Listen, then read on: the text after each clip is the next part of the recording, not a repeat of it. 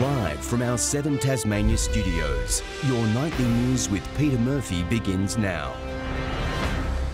Good evening, everyone. We begin with breaking news from Canberra. The Prime Minister has just announced the coronavirus travel ban will be extended. It's a heavy blow for local businesses. Our reporter Michelle Wisby joins us live now with further details. Good evening, Michelle. What impact is this likely to have here in Tasmania?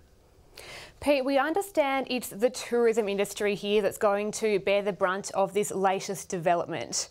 Right now, there are around 60,000 confirmed cases of the potentially deadly virus, mostly in China, and almost 1,400 fatalities have been recorded. The federal government had already put in place a 2-week travel ban on most people coming to Australia from China, but that would have ended on Saturday. We've heard from the PM just in the last half an hour or so that that is now going to be extended.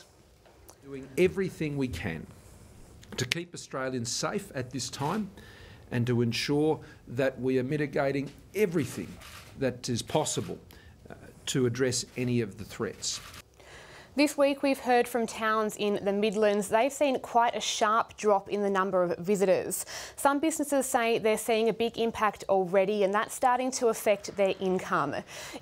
The big challenge now is the unknown, though. They simply don't know how long this travel ban will last, and that's now triggering calls for government assistance.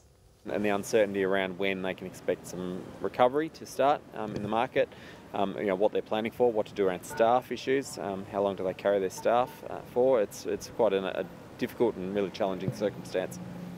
Already in Tasmania, there have been 15 people tested for the virus, but Pete, all of those results have come back negative. Well, let's hope it stays that way. Michelle, thanks very much for that report. Michelle Wisby, live. Tasmanian landlords could be limited in their ability to raise the rent if a recommendation of a parliamentary inquiry is adopted. A total of 61 measures have been put forward, including a freeze on short-stay accommodation, increased funding for affordable housing and training for tradespeople. It also recommends a full review of the Residential Tenancy Act. Rent control is one consideration of that, but there are many others, including minimum standards for residential accommodation. And so there's a very sound recommendation from the committee that the government act on that quickly.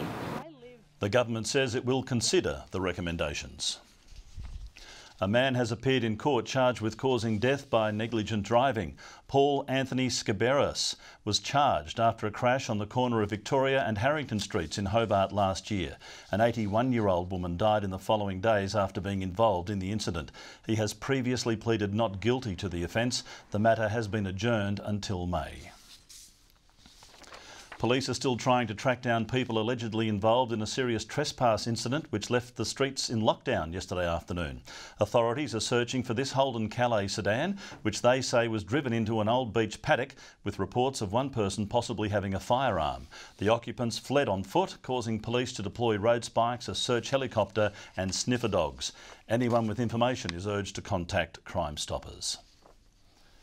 A desperately needed boost to Tasmania's health budget has been met with relief from those working on the front line of the hospital crisis.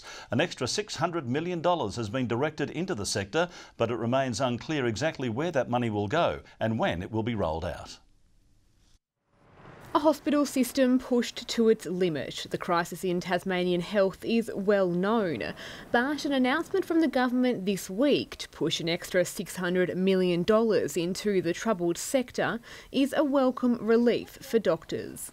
This is exactly what we've been asking for over the last number of years, which is to have steady and secure funding being provided to support the staffing, the infrastructure and the equipment that our health system needs. But as our hospitals struggle with increasing patients, we don't yet know exactly where that money will go or how it will help. We have a statewide health system.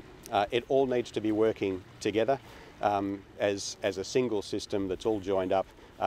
This investment is to make that work, and the Minister will have some more detail. The money that has been announced will ideally be spent in ensuring our hospitals are able to deliver the services that support the community, and the community is distributed around Tasmania. Concerns already raised over when the funding will be rolled out and if it will make any tangible changes on the ground.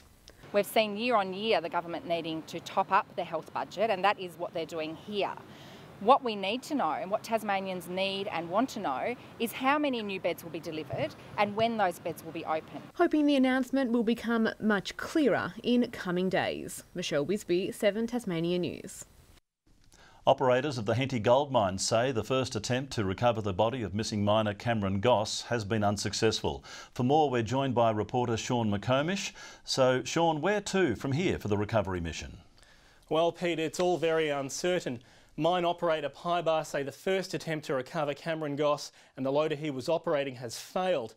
On January 23, the 44-year-old was working 700 metres underground when a section of the mine collapsed. Since then, recovery teams have tried reaching his location, but without success. The company says the latest outcome is disappointing, but specialist teams will make another attempt to safely recover Mr Goss. They're also promising to support Mr Goss's family.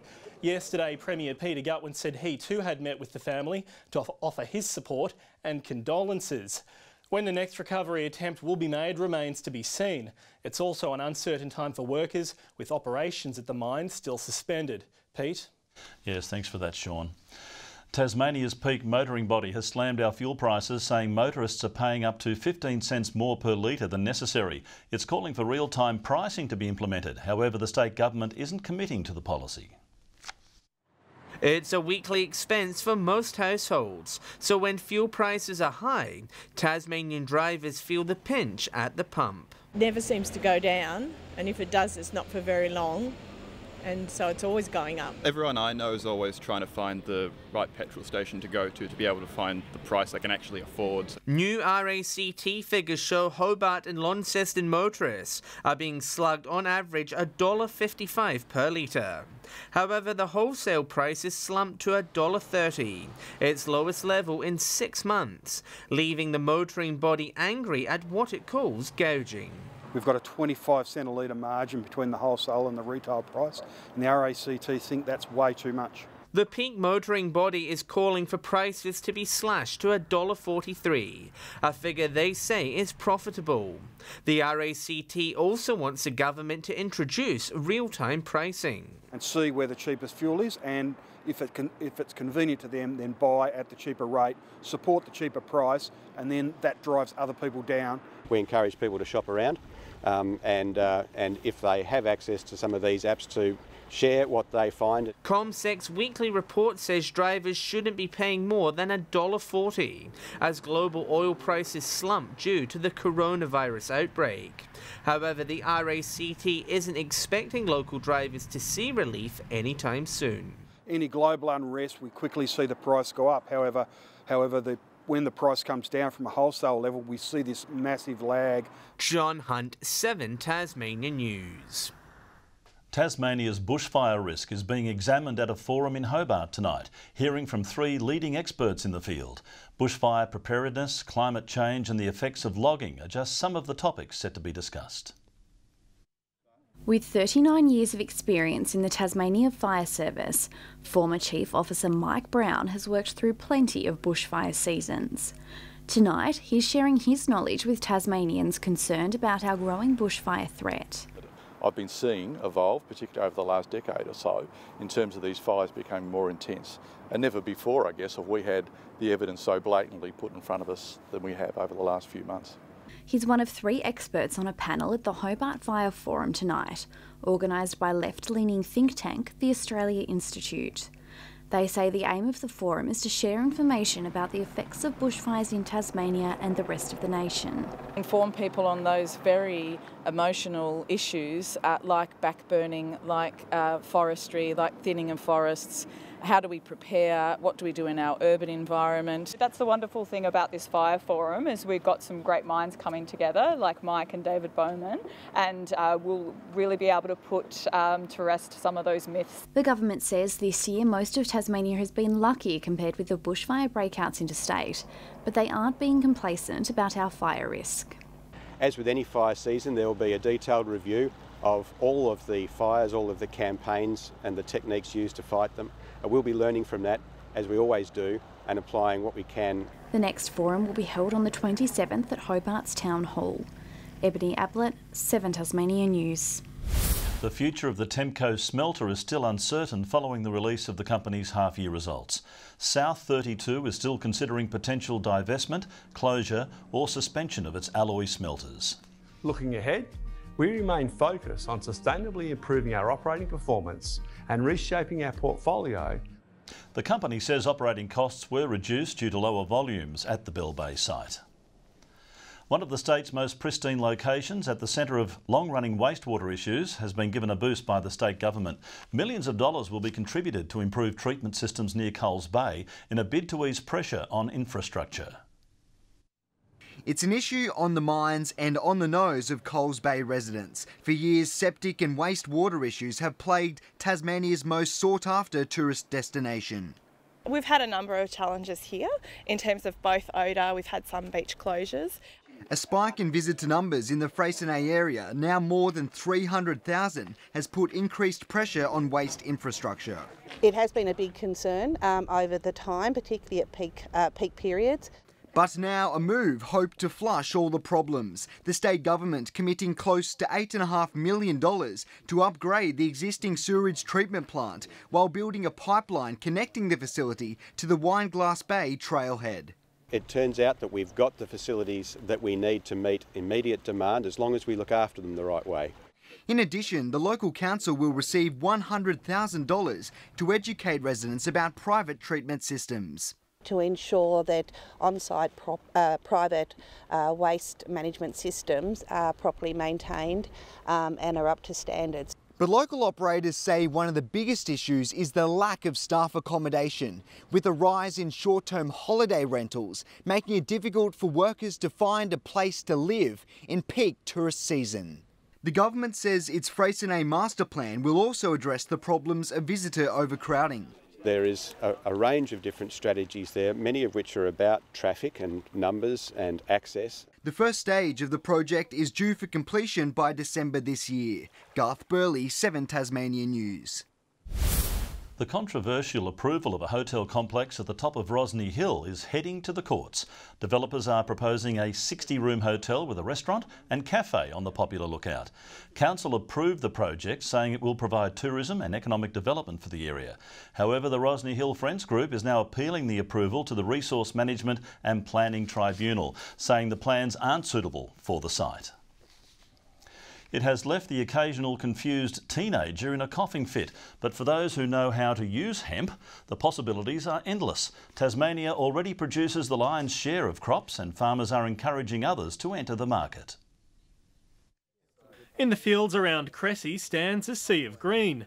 The fortunes have been fair to farmers growing hemp. This year it's around the same area that was planted last year. Last year was an exceptional season. The season itself helped the crop a lot.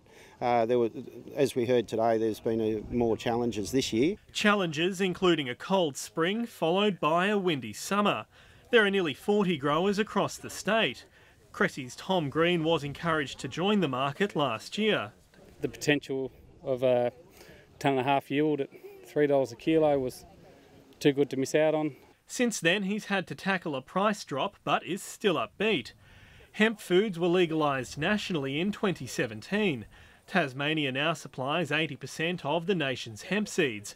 Hungry vegan shoppers are also snapping up products at a faster rate. As for those who keep confusing it with marijuana... Like, you get your teenagers that might jump the fence and think they're going to roll themselves a doobie. They might get a sore throat, that's about it. Sean McComish, 7 Tasmania News.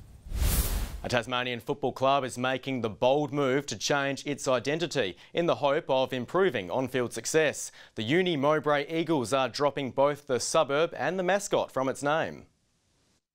From its incarnation in 1923, Mowbray has always been a part of the club's on-field identity until now. The Uni Mowbray Eagles officially changing today to the UTAS Lions. Getting our footy club out exposed to not only just in Tassie but to the students that are coming from on the mainland, obviously, to strengthen us to where we should be and where we've been in the past. Name changes can be contentious, but off the back of a winless season, even Mowbray Life members have come around to the idea.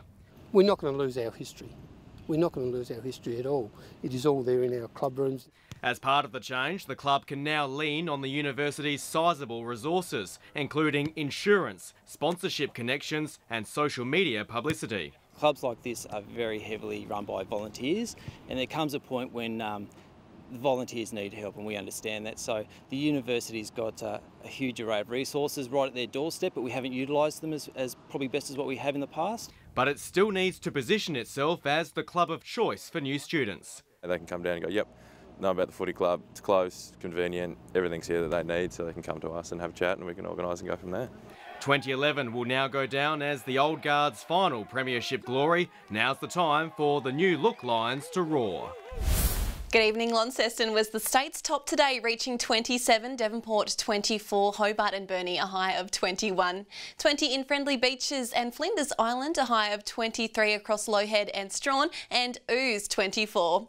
On the close-up, low-level cloud is seen over the state. Conditions are mostly clear elsewhere. Further out, a low-pressure trough is triggering showers and storms for the southwest of WA, while showers and thunderstorms persist over eastern Australia.